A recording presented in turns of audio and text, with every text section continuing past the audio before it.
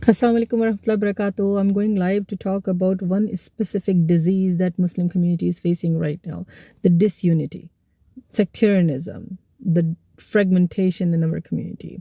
And this is the time that we actually think about it everywhere, not just Gaza. Gaza is an extreme example of what happens when Muslims are not able to speak for themselves and for other Muslimin.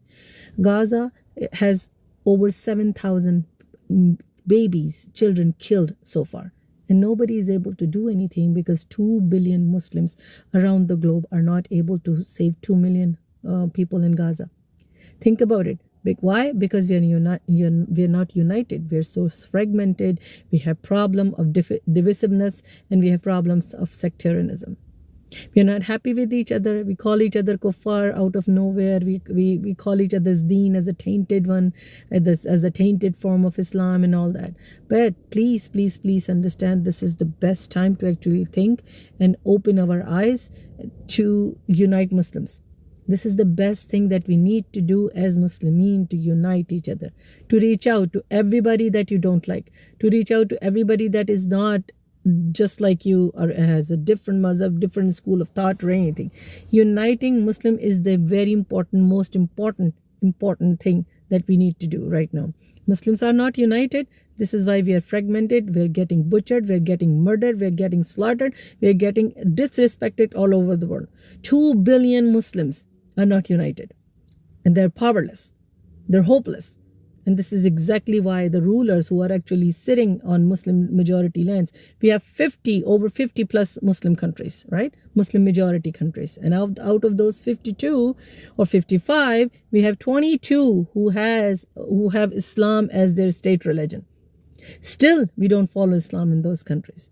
We are actually completely subdued, ruled by people who are puppets of the West, puppets of the Zionism, puppets of wrongdoers, evil people. Why? Because they are not listening. They're deaf. They're not listening to the cries of the Ummah, who is being butchered in Gaza, being butchered in Afghanistan, being butchered in Kashmir, being butchered in Burma, being butchered in Pakistan, everywhere in the Muslim world.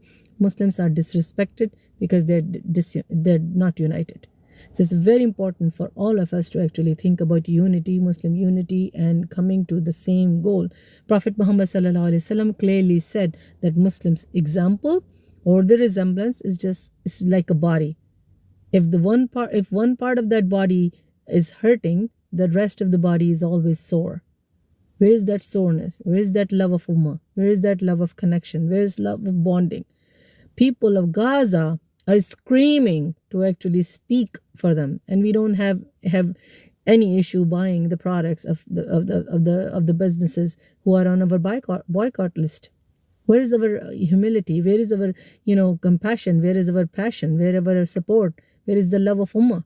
We need to understand and speak with the same tone. We need to understand that unity is the best way to go for us. United together, we can send the message of Islam and even help people who are Islamophobes, who are haters, to help them understand what Islam is, the beauty of Islam, the structure, the balance, the way of life, the complete constitution of a human's life that Islam provides.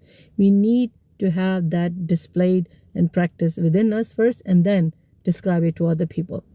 Why? Because if you're not united, if you don't have the same voice, if you don't speak with the same tone, people will not consider you even worthy of their time, their attention. It's very important that we stay united. We forget about sectarianism. We forget about the differences of madahib and difference of a school of thought. Hanafi, Shafi'i, Hanbali, Maliki. We always have a problem. Shia and Sunni has a problem. We have to stop this so we can actually fight the evil together. We actually first have to fight our inner desire, our pride, right? Our egos, our false pride and false egos together. And then when we are united, we have a voice. We have to force the rulers of Muslim majority countries to actually deal with people like Israel, with the nations like Israel. The apartheid that Israel is presenting to Muslim community fearlessly is because the Muslim countries and Muslim rulers are not united.